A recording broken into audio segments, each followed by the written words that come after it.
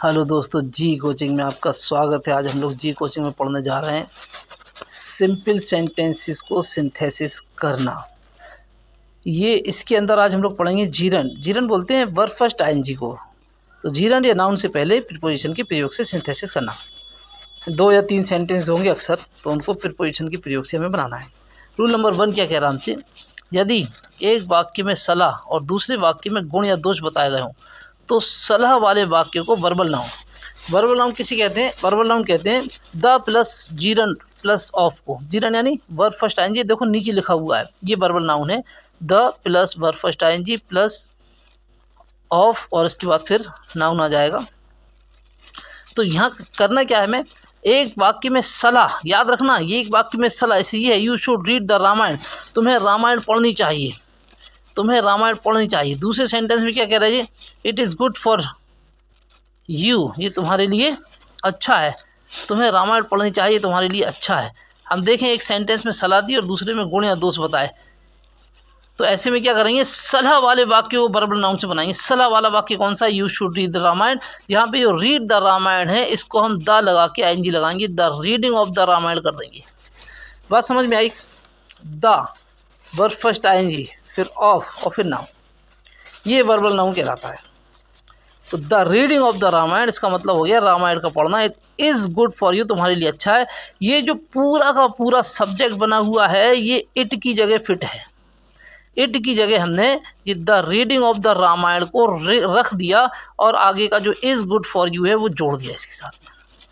तो ये सेंटेंस हमारा बन गया, the reading of the Ramayana is good for you, Ramayana का पढ़ना तुम्हारे लिए अच्छा है। ऐसे अगला सेंटेंस देखें, the students should learn grammar, students को ग्रामर पढ़नी चाहिए। It is good for the students, ये स्टूडेंट्स के लिए अच्छी है। तो इट की जगह हम ये लर्न ग्रामर है ना, इसको कर देंगे द लर्निंग ऑफ ग्रामर, ये verbal noun. The learning of grammar is good for the students, ये बना दिया और शुरू का पूरा शुड से पूरा का पूरा हटा दिया। No one should take wine, किसी को शराब नहीं पीनी चाहिए, लेनी चाहिए। इट इज़ हार्मफुल, ये हार्मफुल है। तो ये टेक वाइन को कर देंगे the taking of wine is harmful, यानी शराब का पीना हार्मफुल है। इसकी जगह ये पूरा का पूरा वर्बल नाउन रख दिया। You should read your books, तुम्हें अपनी किताबें पढ़नी चाहिए। It is good for result, ये रिजल्ट के लिए अच्छी है। इट की जगह देखेंगे रीड योर बुक्स को the reading of your books कर दिया, the reading of your books. It की जगह फिट करके is good for result sentence बता दिया। तो सलाह वाले वाक्य को हमें वर्बल नाउन में बदलकर इट की जगह फिट करना है। रूल नंबर 2 को देखते हैं हम लोग। द प्लस कीमत बताने के लिए, द या कीमत बताने के लिए फॉर का प्रयोग करते हैं। ये बहुत अच्छा नियम है। Sita bought a pen, Sita ने एक पेन खरीदा। She gave 5 rupees for it, उसने इसके लिए 5 रुपये दिए। ये 5 रुपये दिए का मतलब ये हो गया कि सीता ने 5 रुपये में पेन खरीदा। ये 5 रुपये में की अंग्रेजी बनेगी, ये फॉर 5 रुपीज़ उठा के हम पहले सेंटेंस के साथ रख देंगे। Sita bought a pen for 5 rupees. ऐसे ये I bought a house, I paid रुपये 5 लाख, मैंने एक घर खरीदा, मैंने 5 लाख रुपये पेमेंट किए। यहाँ पर रुपये 5 लाख को फॉर लगाकर हम पहले सेंटेंस के साथ रख देंगे, आई bought a house for 5 lakh rupees. ये रुपीज़ को जो है 5 लाख से पहले रखना बेहतर रहता है यहाँ पर। Sohan sold his house, Sohan ने अपना घर बेच दिया। ही गॉट 5 लाख, उसको 5 लाख मिले। तो यहाँ पर भी क्या करेंगे हम लोग, फॉर 5 लाख को उठाकर पहले वाले सेंटेंस के साथ चिपका देंगे। Sohan sold his house for 5 lakh. He purchase a book, उसने एक किताब खरीदी। ही पेड रुपये 50 फॉर इट, उसने उसके लिए 50 रुपये दिए। ये फॉर रुपये 50 को उठाकर हम पहले सेंटेंस से चिपका देंगे, he purchase the book for 50 rupees. तो इस तरीके से 2 नियम जीरन वाले ये आपकी समझ में आए होंगे। फिर पोजीशन वाले, जीरन या नाउन से पहले फिर पोजीशन का रखना। रूल नंबर 3 पे हम लोग आ चुके हैं। जब एक सब्जेक्ट किसी को कुछ दे और उसके लिए कुछ करे भी, तब besides plus verb first ING का प्रयोग वाक्य के शुरू में करते हैं। जब एक सब्जेक्ट किसी को कुछ दे और उसके लिए कुछ करे भी, तब क्या करेंगे, besides plus verb first ING का प्रयोग वाक्य के शुरू में करते हैं। ही टॉट मी, उसने मुझे पढ़ाया। ही गेव मी 5 रुपीज़, उसने मुझे 5 रुपये दिए। ये पढ़ाया भी और 5 रुपये भी दिए। ये पहले वाले सेंटेंस को हम टॉट को हम बिसाइड्स के साथ टीचिंग में बदल देंगे। बिसाइड्स टीचिंग मी, पढ़ाने के अतिरिक्त, ही गेव मी 5 रुपीज़, उसने मुझे 5 रुपये दिए। ऐसे ये देखें, ही गेव मी एडवाइस, उसने मुझे सलाह दी। ही ऑल्सो हेल्प मी, उसने मेरी मदद भी की। यहाँ पर गेव को गिविंग में बदलकर बिसाइड्स से के बाद रखेंगे, बिसाइड्स पहले रखेंगे। बिसाइड्स गिविंग मी एडवाइस ही हेल्प मी, सलाह देने के अतिरिक्त उसने मेरी मदद भी की। द टीचर टॉट मी, अध्यापक ने मुझे पढ़ाई। गेव मी अ बुक, उसने मुझे किताब दी। यहाँ पर क्या करेंगे, टॉट को टीचिंग बदलकर बिसाइड्स के साथ रखेंगे। बिसाइड्स टीचिंग मी, मुझे पढ़ाने के अतिरिक्त, the teacher gave me a book, teacher ने मुझे किताब दी। ये रूल नंबर 4 पर हम लोग आ चुके हैं। रूल नंबर 4 हमसे क्या कह रहा है, जब एक वाक्य में रिजल्ट या उसका फल दूसरे वाक्य के अनुरूप ना हो बल्कि उल्टा हो, यानी विरोधाभास हो, सीधी सीधी बात है, तो फिर इन स्पाइट ऑफ का प्रयोग करें। इसके मतलब होते हैं बावजूद इसके। सेपरेट वाला सेंटेंस देखते हैं। आई हेल्प हिम, मैंने उसकी मदद की। ही कुड नॉट पास, मैं पास नहीं हो सका। मैंने उसकी मदद की, वे पास नहीं हो सका। हालांकि मदद का तकाजा ये था कि उसको पास हो जाना चाहिए था। भाई कोई किसी की मदद करे उसका काम हो जाए, मगर इसने उसकी मदद की, वो पास नहीं हो पाया।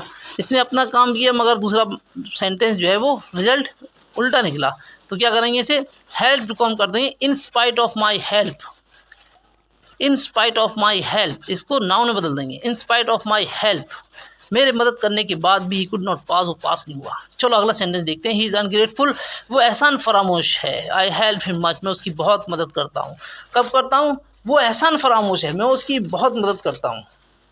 यानी उसकी एहसान फरामोशी के बाद भी मैं उसकी मदद करता हूँ। तो इन स्पाइट ऑफ हिज अनग्रेटफुलनेस, उसकी एहसान फरामोशी के बाद भी, बावजूद भी, आई हेल्प हिम, मैं उसकी मदद करता हूँ। I made my best efforts, मैंने अपना ज़बरदस्त प्रयास किया। I could not pass BA, मैं BA पास नहीं कर पाया। BA मतलब अंग्रेज़ी के 2 अक्षर वो भी उल्टे, अंग्रेज़ी के 2 अक्षर वो भी उल्टे, BA तो भी पास नहीं कर पाए। ये यार देखें क्या है, तो मेरे बेस्ट एफर्ट्स लगाने के बाद भी, in spite of my best efforts, मेरे बेस्ट एफर्ट्स लगाने के बाद भी, I could not pass BA, मैं BA पास नहीं कर पाया।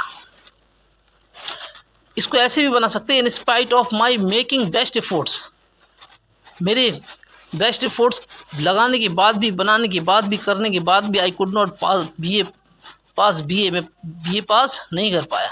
रूल नंबर 5 पर हम लोग आ जाते हैं। वेरी इंपॉर्टेंट नियम है। वुड हैव के मायने हो जाता अगर सेंटेंस में ये है, और उसमें हम क्या करेंगे, विदाउट प्लस ऑब्जेक्ट का प्रयोग करेंगे। यू हेल्प मी, तुमने मेरी मदद की। आई वुड हैव फेल्ड, मैं फेल हो जाता। सेंटेंस में गौर करें, तुमने मेरी मदद की, मैं फेल हो जाता। इसका मतलब ये हुआ कि अगर तुम मेरी मदद ना करते तो मैं फेल हो जाता, यानी तुम्हारी मदद के बिना मैं फेल हो जाता। ये सेंटेंस का मतलब है, तुम्हारी मदद के बिना। तो यहाँ पे जो तुम्हारी मदद के बिना सेंटेंस बना, तो विदाउट योर हेल्प इसमें सेंटेंस में आखिरी में चिपकाएंगे। ये वुड हैव वाला सेंटेंस पूरा रखेंगे। आई वुड हैव फेल्ड, ये पूरा रखेंगे। आई would have failed without your help, मैं फेल हो जाता बिना तुम्हारी मदद के। यू गेव मी ट्रीटमेंट, तुमने मेरा इलाज किया। आई वुड हैव डाइड, मैं मर जाता। तो आई वुड हैव डाइड को पहले रखेंगे और ये विदाउट योर ट्रीटमेंट को बाद में रखेंगे। आई वुड हैव डाइड, मैं मर जाता, विदाउट योर ट्रीटमेंट, बिना तुम्हारे इलाज के।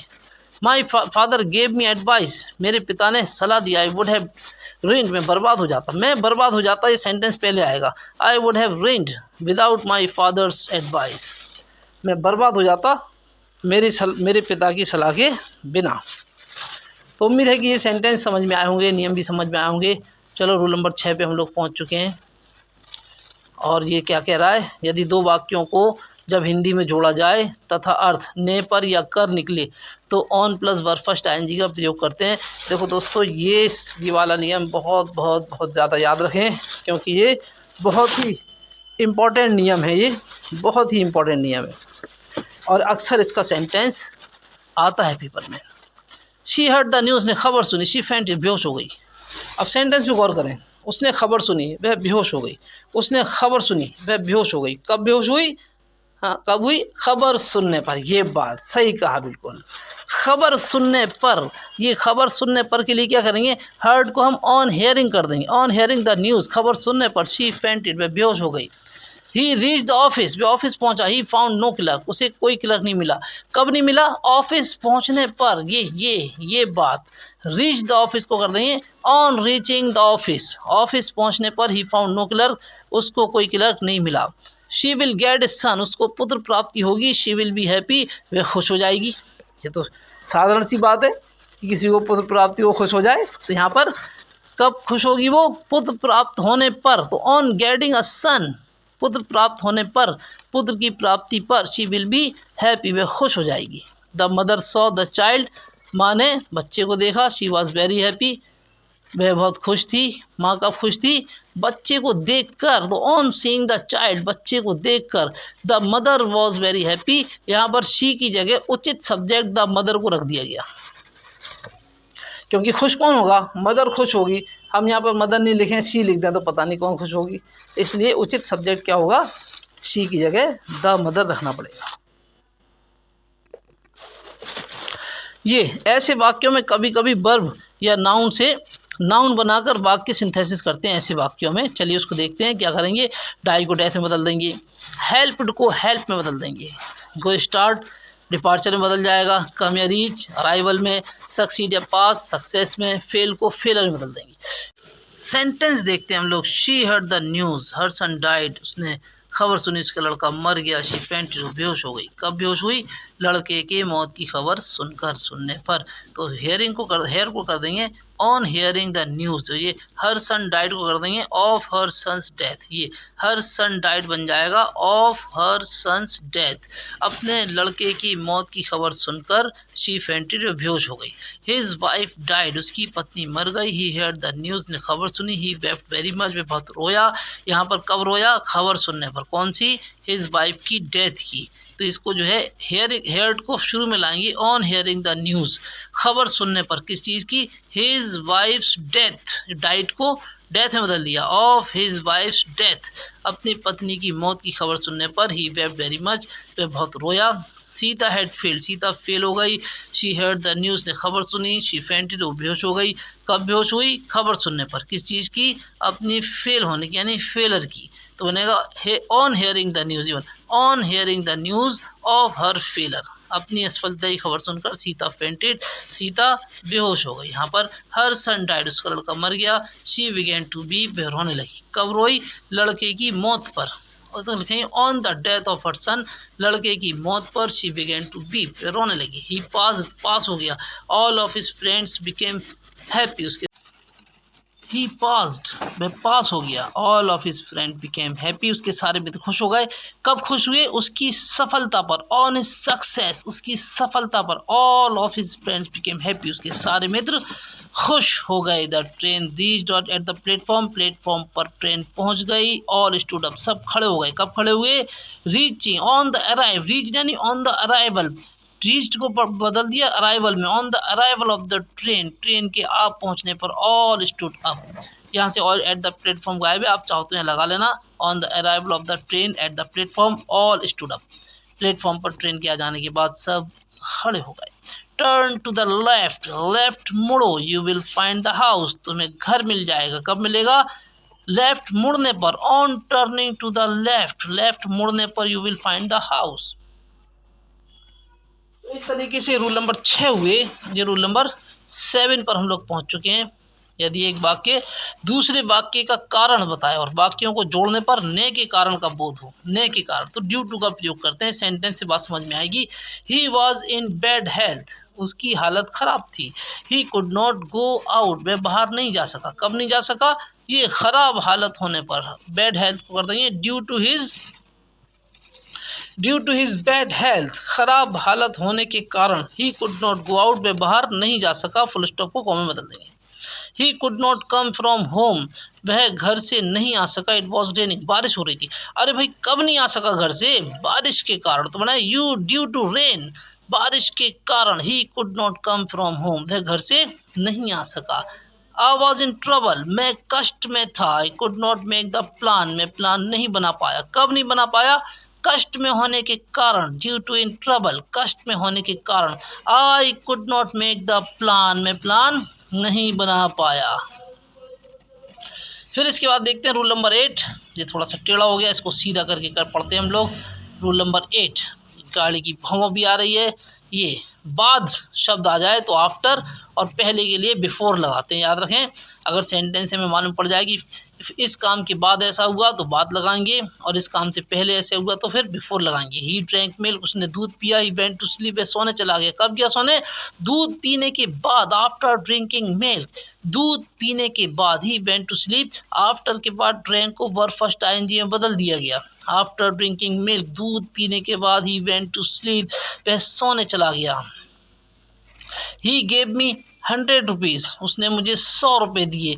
ही वेंट होम, वह घर चला गया। कब गया? 100 रुपये देने के बाद। आफ्टर गिविंग मी 100 रुपीज़, 100 रुपये देने के बाद। ही वेंट होम, वह घर चला गया।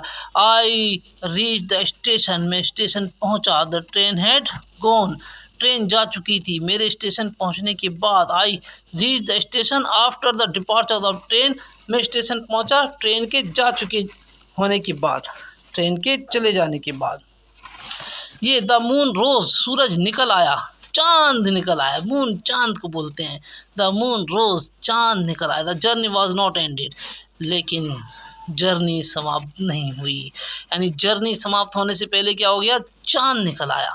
द मून रोज, चांद निकल आया। Before the end of the journey, journey के समाप्त होने से पहले चांद निकल आया। द सन सेट, सूरज डूब गया।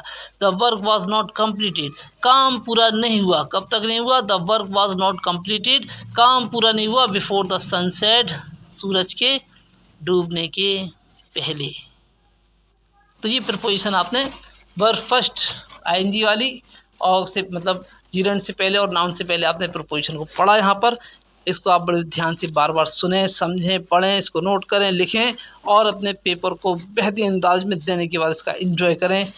Thank you for watching.